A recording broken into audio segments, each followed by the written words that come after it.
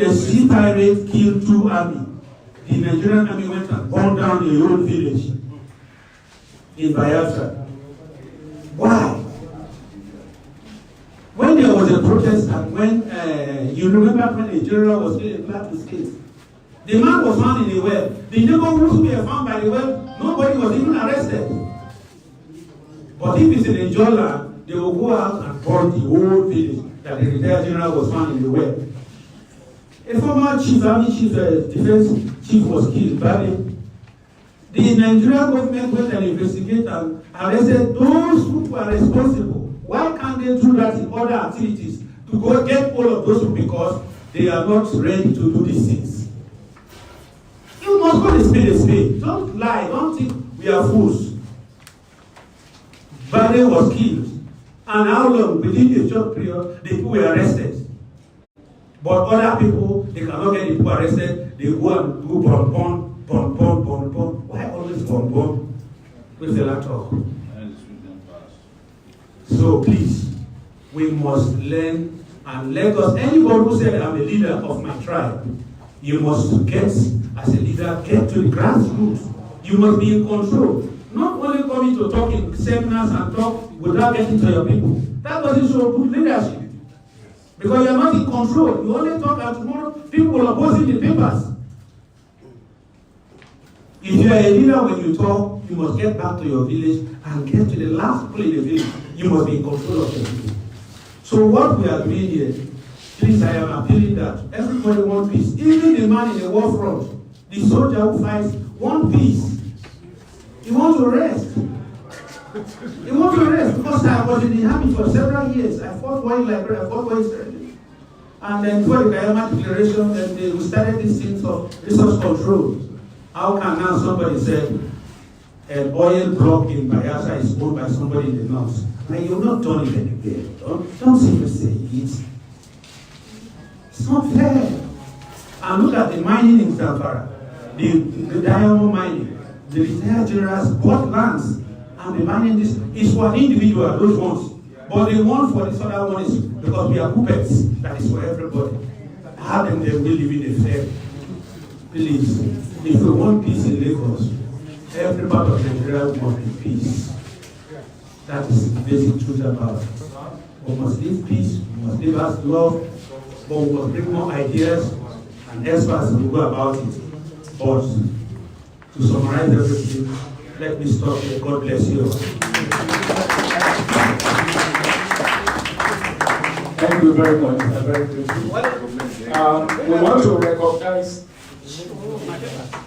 We want to recognize the presence of Mr. Erwin Oluwole, President of the United Council and National Chairman. Is the position of ethnic nationalities, Yoruba leaders of Nigeria. Thank you, President. Thank you. Thank you. You are welcome. Now, we want to listen to Mr. Sowore. We want to have one or two things to discuss. Thank you, Mr. Sowore. Thank you.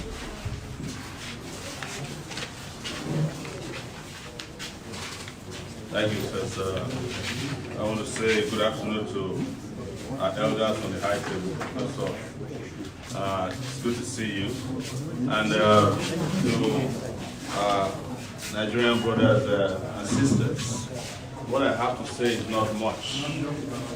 I think we are wasting too much time having conversation about the Nigerian state that has completely failed. For a nation state to be worth calling a nation, it must be able to protect its people. The Nigerian state cannot protect anyone. It can't protect Yorubas, it can't protect Hausas, Fulanis, it can't protect people in the Niger Delta region. The truth is that while we are here discussing the enemies they chose for us, we have forgotten our real enemies. Those are the people in government. They are the ones manipulating us against each other. They are the ones choosing our enemies for us. When it suits them, they will give them a name that is popular. Now it is Fulani herdsmen. There was a time it was OPC. There was a time it was Niger Delta militants. There was a time the popular name was unknown gunmen. That is how Nigeria operates. That's how Nigerian leaders operate. And if you are here discussing the issues without attacking the problem, you are helping them to continue the enslavement of the Nigerian people. The truth is that there is no social, political, and economic justice in this country for anyone. And when you don't have that, people are going to be looking for who to attack. Imagine how a Fulani herdsman will carry AK-47 from Sokoto or Borno all the way to Ebonyi, and nobody will apprehend him on the way. And when he's apprehended, somebody goes to the police station to rescue them. Because one from the things you don't discuss is that those cows that the Fulani herdsmen are heading around, they belong to rich people. They belong to government officials. Why are we deceiving ourselves? I know of a place in Oyo State. The people they call Fulani herdsmen have never passed Niger State before. They were born in Yoruba land. But you go and give them 10 cows, 20 cows, 40 cows, they will help you rear it, kill anybody that is on the way of those cows, and when those things happen, you call them Fulani herdsmen. But meanwhile, they are Oyo State indigenous. You understand? Our position is that Nigeria has reached a tipping point. Nigeria needs a revolution. You are wasting your time. This number of competencies will not stop Nigeria's problem. I applaud our elders. You have tried.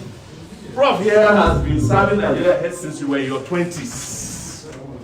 You are almost probably 90 now, and you are still helping us to do conferences while the youth are hanging around, hoping that Nigeria will change. So let me just announce very quickly that starting from Monday, a group that I belong to, Coalition of Revolution, of For Revolution, will be shutting down Nigeria from August 5. And this series of marches and rallies will continue until we have a Nigeria of our dream. I have lived in America for 20 years, so nobody should preach to me life or enjoyment. There's nothing there. The place to be is Nigeria. But we are running away and dying in the Mediterranean Sea because this country is uncomfortable for anybody. It doesn't matter your ethnicity. When they are not doing it in Fulani's name, they are using Operation Python Dance in the southeast. Like our brother here just said, they just burnt down a village in Bayelsa State. If you look at the soldiers that did this, they are not likely Fulani soldiers. It might be your brothers that burnt down your village. Because there's no respect for our dignity as a people. And for you to get back your dignity, do as they are doing in Hong Kong. Do as they are doing in Algeria. Do it as they are doing in Tunisia. Do it as they are doing in Puerto Rico. Let's all come out one time, shut down this unworkable system. Once and for all. And then, after that, can we have a country in which the people decide their constitution, not the fraudulent constitution that was set up by generals in the army. Not this unworkable system. Nigeria itself was set up as a business by the British through the Niger Company. Nigeria was set up as if it's supposed to be ShopRite for the British. Nigeria never had the opportunity to become a nation. It's still being run as a business. That's why people are telling you that they own oil blocks, they own granite pyramids. No country should have its fate determined on products or commodities. But the problem now is that all of us, Nigerians, as we call ourselves, we have become commoditized. They are just trading us in the market of impunity. And until we retrieve our humanity and our dignity, we can have 1 million of these conferences. I've attended a lot of them, I can tell you. Starting from 1993 at the University of Lagos, when I was a student leader. Then our problem was also attributed to some Fulani generals. But when Abiola was going to be incarcerated, It was Yoruba Obas that were going to Aso Rock to watch one stupid movie. They said they have seen what Abiola did wrong. The man who took over from Abiola was from Abeokuta, not the Fulani herdsman. The Attorney General that became deputy to Abacha was from Ogun State, not the Fulani herdsman. Let us stop allowing them to choose our enemies for us. Let us focus on the enemy we know and not the enemy we don't know. Revolution now. Thank you very much.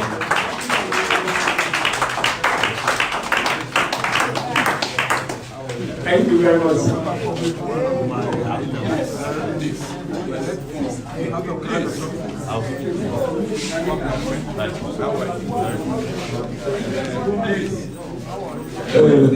In fact, it's important.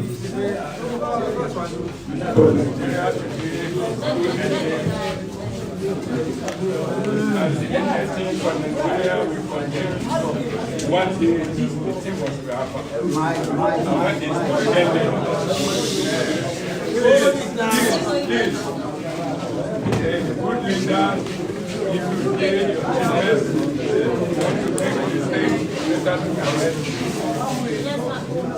bring good idea, follow up. I mean, it's too early. That is my answer for that word. Please. Let me just... Comrade, let me ask you a question. Yeah, go ahead. We are in a dilemma. Prof is right, let me be right. Because today is important. We must clear this.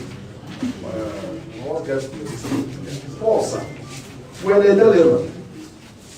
This dilemma is paradoxical. And it has moved to the realm of paradoxical metaphor. We are